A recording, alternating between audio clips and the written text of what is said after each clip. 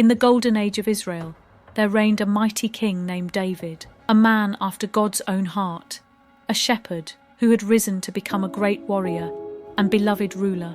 But even the greatest of men are not immune to temptation. She was bathing herself in a tub of hot water. Her eyes were striking, and her face was a beauty beyond that of an average woman. She did not go unnoticed by anyone, especially that of King David one night. He had risen from his bed and went up to walk around his palace rooftop. The palace sat up higher than any other home in the city. Because of this, he was able to see the people down below.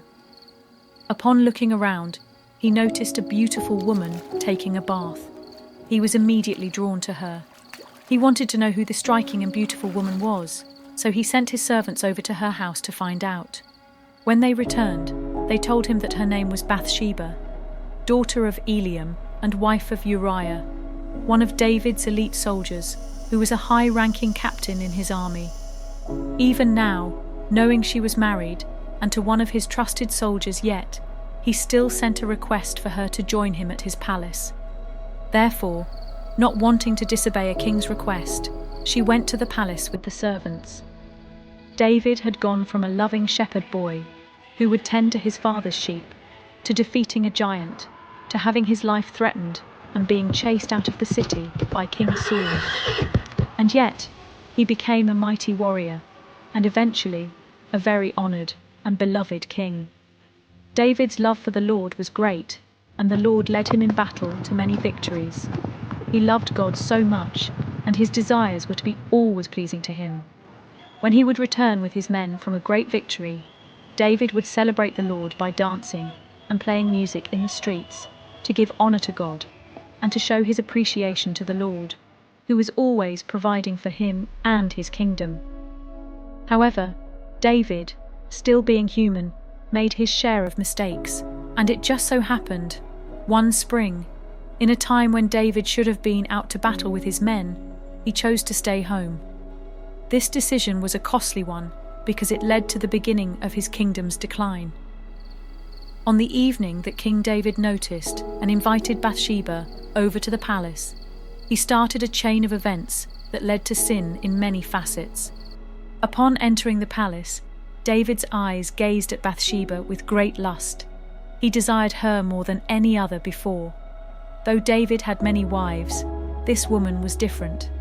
Her beauty was beyond compare. She had thick, long, flowing hair. Her big, beautiful eyes would draw you in, and they were easy to get lost in. Her lips were full and naturally coloured crimson. Her skin was milky and flawless, and her desire was to please the king. Not being able to control himself, David took her and laid with her that night, and then she returned home. But then, the next thing happened was that Bathsheba sent notice to King David that she was pregnant with his child. This was not convenient for David at all. How was he going to hide this sin? After all, her husband had been at battle all this time fighting for the king's throne. David comes up with an idea to try to conceal what has happened. So he sends a message to his military commander-in-chief, Joab, to have Uriah, the husband, report back to him. And Uriah, being the faithful and loyal soldier that he was, did exactly that. When he arrived at the palace, David asked him, "How is Joab and the soldiers doing? And how is the war prospering?" Once Uriah answered him, David told him to go home, relax and rest after a long journey. He was hoping Uriah would go and sleep with his wife, Bathsheba, and that would cover up his sin and how she had got pregnant. But Uriah, being a man of integrity, instead stayed at the servant quarters of the palace. David then heard the next day where Uriah had stayed. Being worried he would be discovered of his indiscretion, he approached Uriah and said to him, "Why did you choose to stay with the servants? After such a long journey, you could have gone home to eat, be with your wife, and rest." But Uriah responded, "The ark, Joab, and the soldiers are all on the battlefield sleeping in tents. Who am I to be better than them? To go home and rest, eat and sleep with my wife, while they are still in battle. These things I will not do." David then answered him, saying, "Okay, in a couple of days' time I will send you back to the battlefield." So Uriah stayed.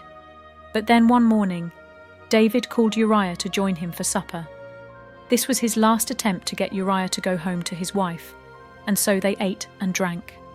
Uriah, feeling drunk that evening, went back to the servant quarters to sleep. Even in his drunkenness, he did not go home to sleep with his wife. So, the next morning, David, seeing that his attempts had not worked, told Uriah he was sending him back to the battlefield that day. Then David did a most callous thing. He prepared a letter, which was a death sentence for Uriah, and was unknowingly being delivered by his own hands to Joab, the commander-in-chief, instructing Joab to attack a city and to put Uriah on the front lines of the battle, and then for Joab to fall back, so that Uriah would be exposed to the enemy. Joab, receiving the letter, did as he was told. Besieging a city, he abandoned Uriah. This action resulted in the death of Uriah. Joab, being distressed at the loss, sent word to King David, notifying him of the battle that took place in the city and that they had lost some men, including Uriah.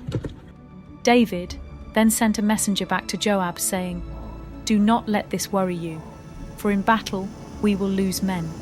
Strengthen your attack and take the city." Now Bathsheba, learning of the news of her husband, mourned his death. After her time of mourning, David sent for her.